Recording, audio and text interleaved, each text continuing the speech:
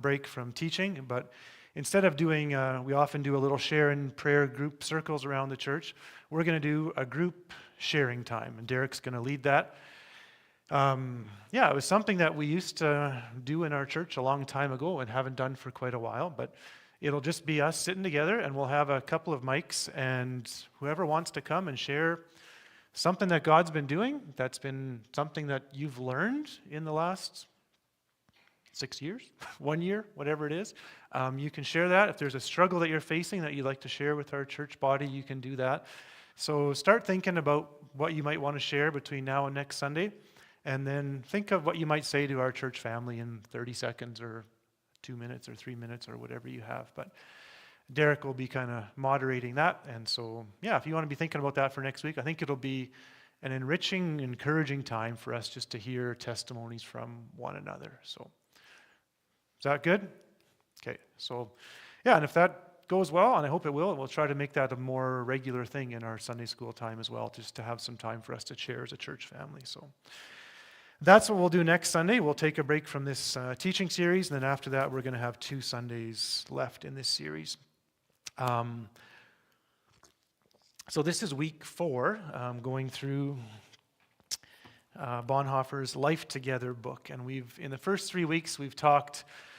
The first week was about being thankful for having a church family, was really what it is, and being mindful of the fact that there are lots of Christians in this world who would love to have Christian brothers and sisters around them, and they don't for various reasons, and we do. And so at the very beginning, we should be thankful.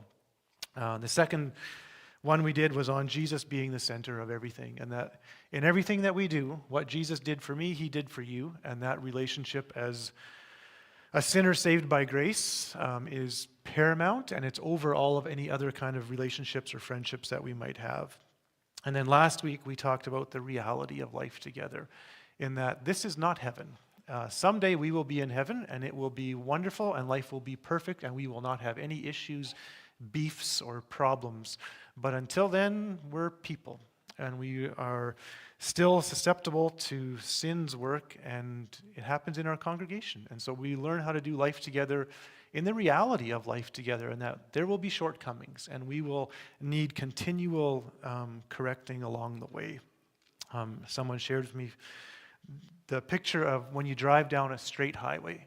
When you go down a straight highway, you don't just point your vehicle straight and take your hands off the wheel, right? You are actually just continually correcting. Even on a perfectly straight highway, always you are a little bit adjusting. And as a church family, that's what we do. We are always a little bit adjusting and trying to do this life together. So that's been the first 3. They're kind of sort of big picture, kind of deep theological stuff. Today we're going to get into a more practical side of this book. There's more that we can do that's kind of deeper theological, but I thought it would be good to do something practical. And so he goes through a number of areas of life together and tries to share his wisdom and biblical insight on how to do different pieces of life together. And so as you've seen already, today we're going to devote our time to talking about how we sing together. He has some real good wisdom that I enjoyed anyways in this book about singing together and singing in worship. And so that's going to be our topic. I don't have tons to share. There's a few pages worth here, but there'll be time for us to I think we'll have lots of conversation about this as well. So, how many of you have sung with other people in the last year other than church? Where did you sing with people? Choir? Where else did you sing with people? At school? Oh, Canada? Okay. At home? A concert? Okay. Christmas carols at a family gathering. There's one that we're all missing. In the tractor shower. I was thinking happy birthday, and keep in mind, I started this with singing with other people, so I don't know who's all in your tractor or in your shower, but we're going to get into trouble. We don't sing together very much. There are a few people who are in choirs. We'll sing happy birthday. We'll sing "O Canada" if we're at a Jets game or in school. But other than that, singing together is actually not common. What we do here in church is quite rare, that we spend 20 minutes every week singing songs together. It's normal for us, but we don't always know how unusual that is. I did a bit of research of my own, this is not from Bonhoeffer, about the physical benefits, the science of singing together. Has anybody ever learned anything about the science of singing together? Okay, it's fascinating. This is all secular science. This has nothing to do with faith or God or anything. Well, God is the one who made us this way. But the health benefits of singing together, they are singing together with people boosts happiness, makes deeper friendships, improves sense of community, releases endorphins, strengthens your immune system, promotes relaxation. You have an increased pain threshold, reduces stress and anxiety. It will lower your blood pressure, improve mood, reduce loneliness, and promote connectedness. This is purely secular science, and these are peer-reviewed studies of what happens when people get together and sing together. God knew all this. God made our bodies this way. But there's something going on quite incredible when people sing together. Not listening, not being at a concert and listening to people sing to you, but you actually physically engaging in the singing. You've experienced some of this. Maybe it's at worship on Sunday morning. Maybe it's when we sing the doxology. Those of you who've been to Israel, Milton, Linda, Andy, you guys remember some of the churches that we sang in where it just echoes. Like, there's acoustics and then there's acoustics. You don't know what you don't know. I didn't know what I didn't know until I went to Israel. There are churches and we would go in and we would sing, and these are all stone churches. And at the end of your last song, after you hit the last note and everybody's quiet, it keeps on going for like 3-4 seconds. That's how amazing the acoustics are. And there's something that happens in your body when you do that, and you get the endorphins, and you get all those things. God actually made singing to be a powerful physical experience as well. But we sing together. So I need someone to come up here and sing a song this morning. And if you put up your hand, I won't ask you. Who would like to not sing a song this morning? Only a few of you. Okay, I thought there'd be more. You knew I was bluffing. So there's a lot of us here this morning who would be quite terrified to get up there at the microphone and sing a song, and I'd be one of them, because that's a very vulnerable thing to do. That's literally the stuff my nightmares are made of.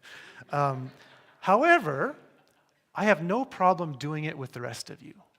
When you are all singing, I can sing, and lots of you are just like me. But there's something that happens when we unite our voices together, that we all share in a bit of our vulnerability together, because my voice gets enhanced and helped by the other 200 people who are singing. So here's a question. Why don't we just get someone to get up here and read the lyrics to Amazing Grace on Sunday morning? They come up and they get the paper and they say, "Good morning, everyone. Amazing grace, how sweet the sound that saved a wretch like me. I once was lost, but now I'm found. Was blind, but now I see." Why can't we do that? And why can't we all listen to that and say, "Amen"? Yep. Why do we sing? What's the difference between what I just said and us singing? Helen? Okay, it engages a different part of the brain. That was part of what I saw too. They do fMRI studies, and they see that when you sing under an MRI, your brain engages. So there's got to be more to it. Big deal if my brain's not engaged. I'm fine if my brain's not engaged. What more? Why do we sing? Chris? Makes words and adds emotions to it. Okay, I like that. God's God of emotions as well. Okay, well, I want us to think about this. Well, it's a universal language, yeah. Every culture has singing, music of some kind. Okay, singing is a way that we respond to what God has done. This refrain shows up in the Psalms all the time. Sing unto the Lord a new song. When God does something amazing, we respond by singing. So when Moses leads the people out of Egypt and they go through the Red Sea and they get to the other side of the Red Sea and all of Egypt is drowned in the Red Sea, what's the first thing Moses does? He writes a song and they all sing it together to respond to what God has done. When God visits Mary and says, you're going to be the mother of my son Jesus, what's the first thing that Mary does? She sings a song. We sing in response to what God has done in our lives. And so I want to talk a little bit about corporate singing this morning. The new song, this is Bonhoeffer now, is first sung in the heart. Otherwise, it cannot be sung at all. When the heart is not singing, there is no melody. There is only the dreadful medley of human self-praise. So you can still get all the physical benefits of singing together. You can get the endorphins and lower your blood pressure and all those wonderful things. But there's a place in church for our hearts to be in the right place. I've been in musical settings that were not Christian, just a really fine orchestra or whatever, and you get the chills down your spine. When you hear an amazing orchestra, an amazing singer singing, you get that physical reaction. And sometimes in a secular setting, we call that, well, that's how the body responds. And in the church, we might say, well, that's the Holy Spirit. And sometimes I think we need to be discerning. What is going on here? Is this the Spirit moving in me, or am I just responding to really great music? Our heart needs to be engaged. And getting the chills or getting some kind of physical response is not actually the goal of worship. I don't know if that happens for you. I mean, our bodies are all different. They're all sensitive in different ways. Maybe some of you get the chills every Sunday morning in worship, and maybe some of you never get the chills. It's not about getting the chills, whatever those chills are. But it's about having our heart in the right place and singing a song with our mouth that's actually starting from our heart. You guys know what it's like to sing on autopilot. When there's a very familiar song and you're singing the words, but you're actually not thinking it, right? Just like when you read a book sometimes, you can read a whole page and you get to the end of the page and you're like, I didn't get a word of that. We can do that. I can do that. I can sing you Amazing Grace and think about something totally different. But my brain knows the words well enough that it can sing it without my heart being engaged. And so the first point here that Bonhoeffer makes is that our heart, this singing needs to come from our hearts, not just we're doing it because everyone else is doing it. Why do Christians sing when they are together? So here's the question I asked you. Here's his answer. The reason is, quite simply, because in singing together, it is possible for them to speak and pray the same word at the same time. In other words, because they can unite in the word. So there's something tremendously unifying about singing together. Even if you sing in a choir, you feel a connection to those people. And there's a connection that happens in us through singing. There's very few ways for us as a body of believers to say the same thing at the same time. Can you think of any other ways that we can say the same thing at the same time? What do? The Lord's Prayer, that's a good example. So we say, Our Father who art in heaven. We're all saying the same thing at the same time. Any others?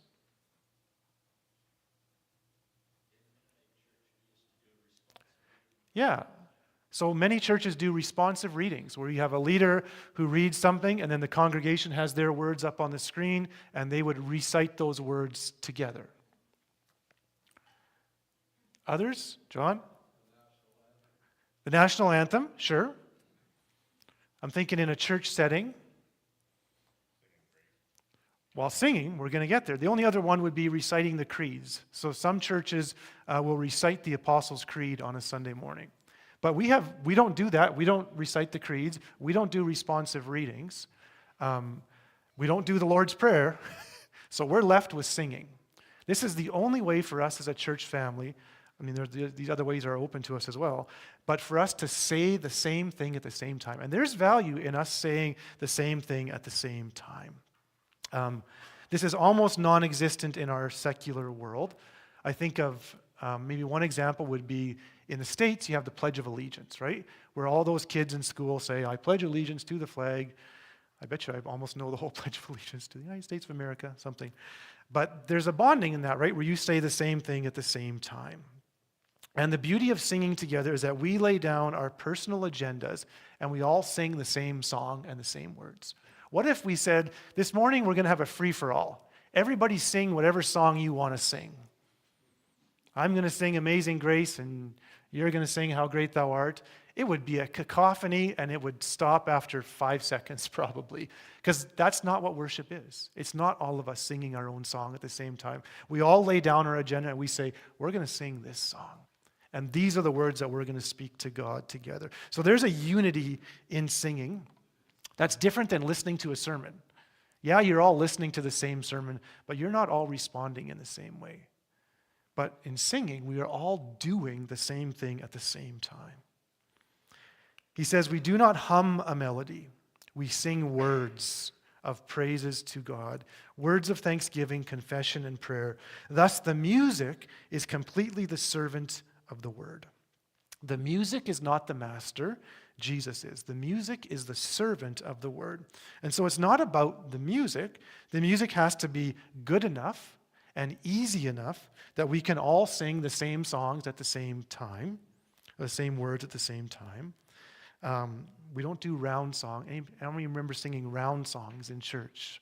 Some of you maybe never even did that. But some people would be singing these words and some people would be singing these words. And it was a bit challenging for the unmusical in the group. But we don't do that anymore.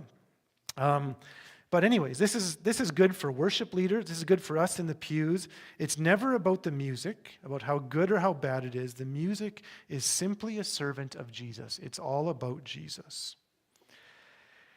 And he's got some practical thoughts.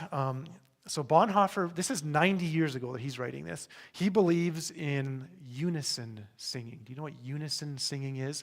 Unison singing is where we all sing the same thing at the same time and the same notes.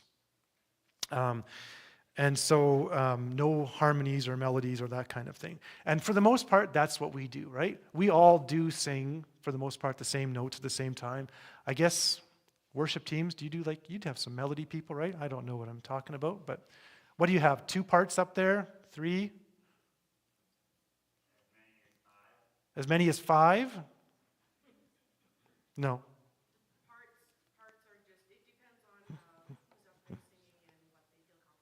Okay. Okay.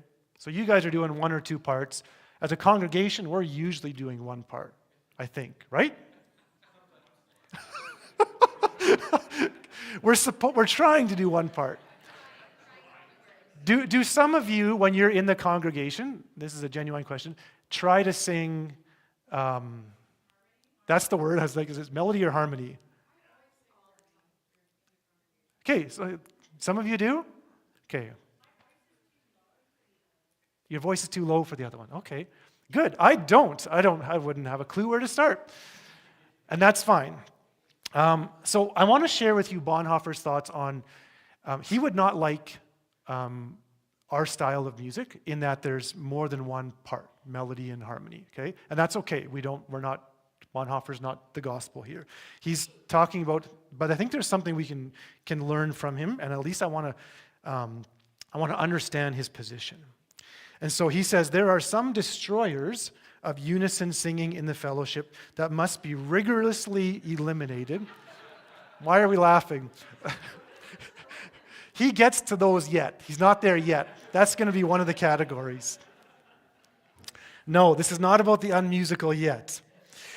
There is no place in the service of worship where vanity and bad taste can so intrude as in the singing. That's interesting. There's no place where vanity and bad taste can so intrude as in the singing. So here's some of his destroyers, okay? And again, we don't have to I think we can do worship the way we do it, and it's good, but I want to hear what he says. So there is first the improvised second part. So that's the, I always forget, melody or harmony? Harmony. That's the harmony, which one hears almost everywhere. It attempts to give the necessary background, the missing fullness to the soaring unison tone, and thus kills both the words and the tone.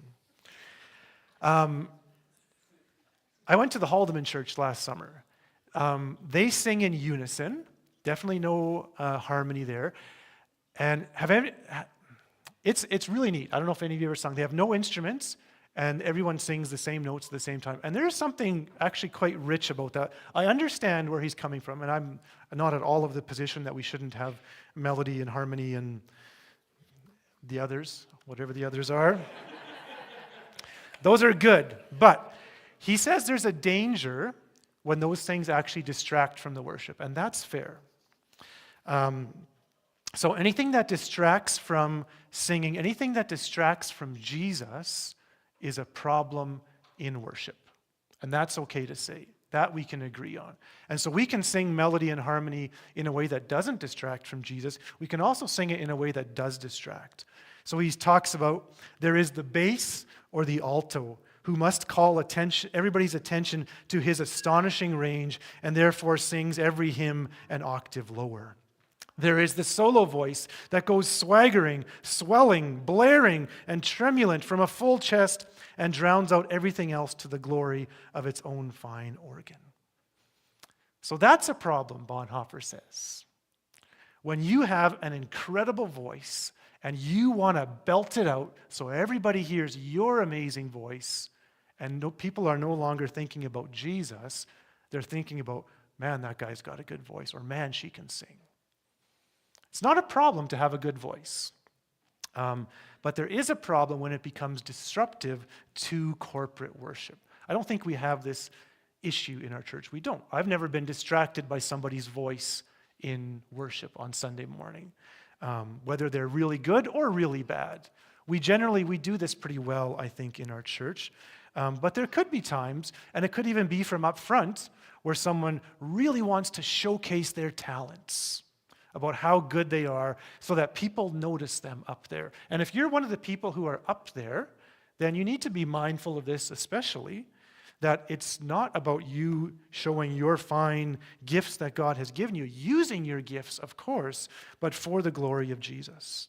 And so if you have an especially distracting voice, either really amazing or really horrible, you might want to be mindful that your voice doesn't distract others.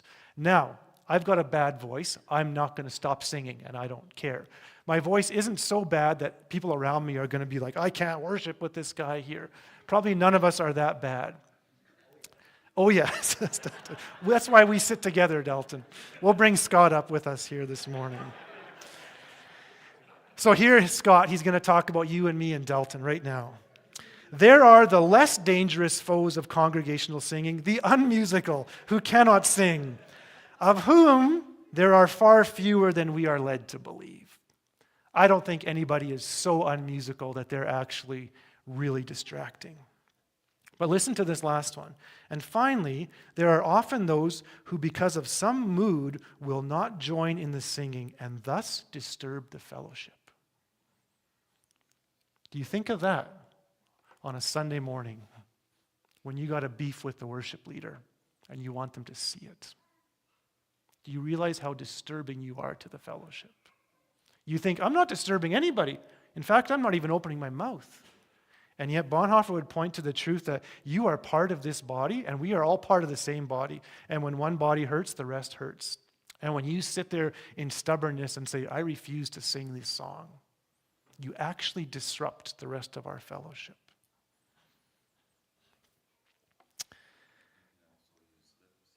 You can also use lip sync, right? Where you don't want to sing, but you're just going to mouth the words. That's disruptive to our fellowship, even though nobody knows. There's something going on in a spiritual world here that you are bringing rebellion into our worship. You are bringing something into this which is not focusing on Jesus. It's focused on you. It's good. So like he says, unison singing, difficult as it is, and any kind of singing, is less of a musical than a spiritual matter.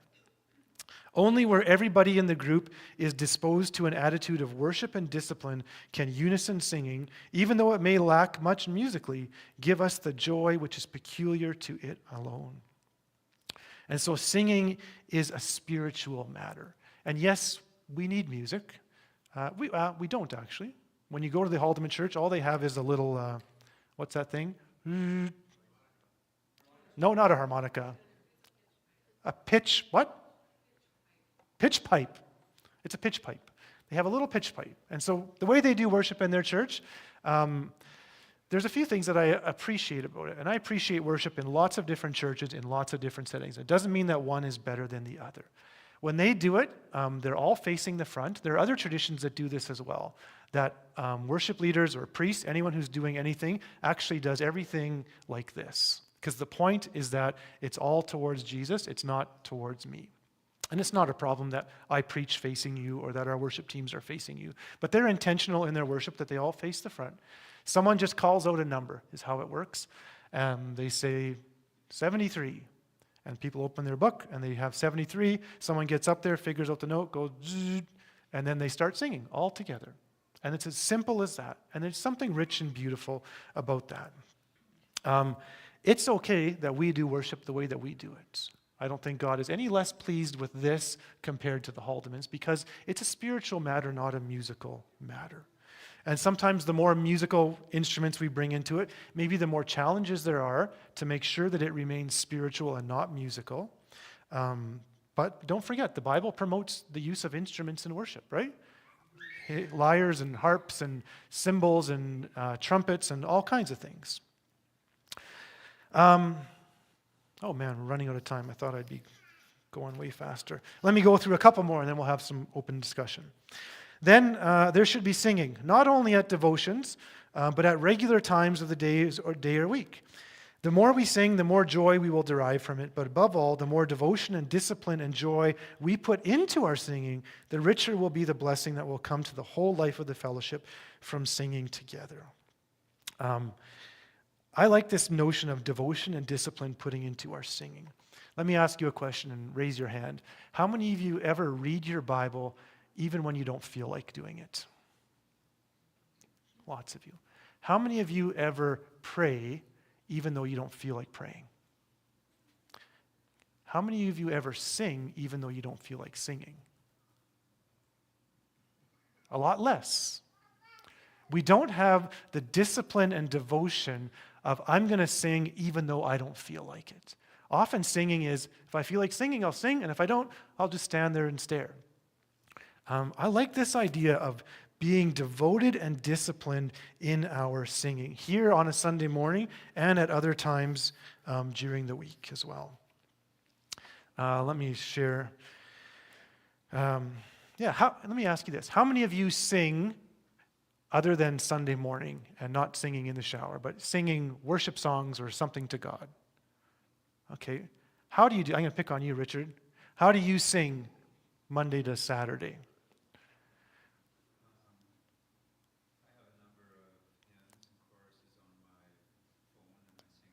Okay. Okay, so you got hymns or choruses on your phone and you play them and you sing along. Nice. How do other people, is that what everyone else does, or does anyone do anything a little bit different than that? Maybe if you're musical, you get on the piano and you actually play and sing. I'm sure some of you do that. What else does singing during the week look like for you guys? That's okay.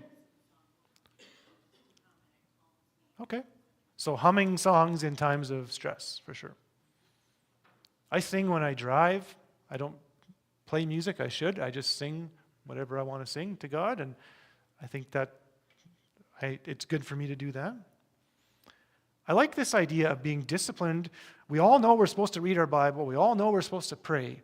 What if we made singing a part of our spiritual formation as well? And we all got some songs on our phone, and when you're driving in your vehicle or in your tractor, you would play those specific songs and sing along. I think there'd be something rich for us to learn there.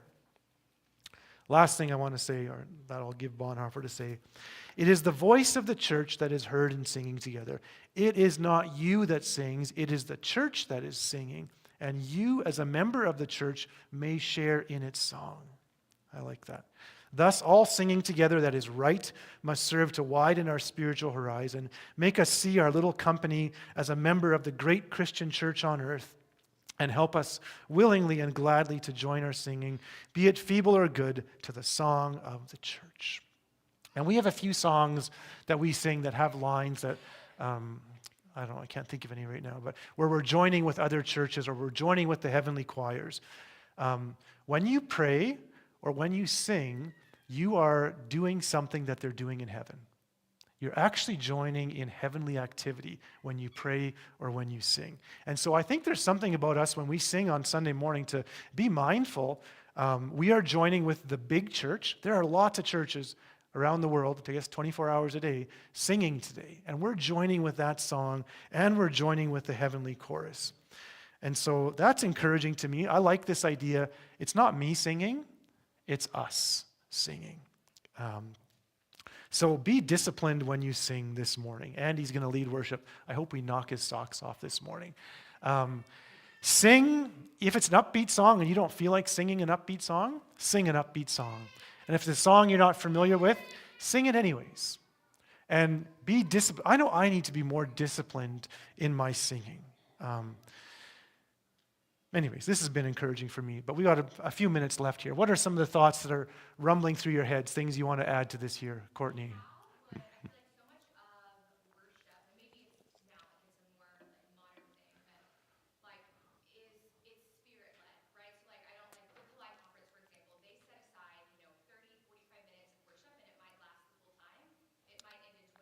Yeah.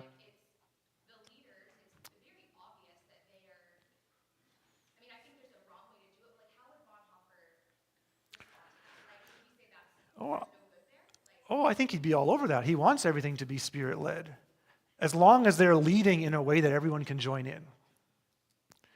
It's a problem when people are led by the Spirit and they're going off doing something, and the rest of us are sitting here saying, I don't know what you're singing. I can't join in on this. That's the opposite of what a worship leader needs to do.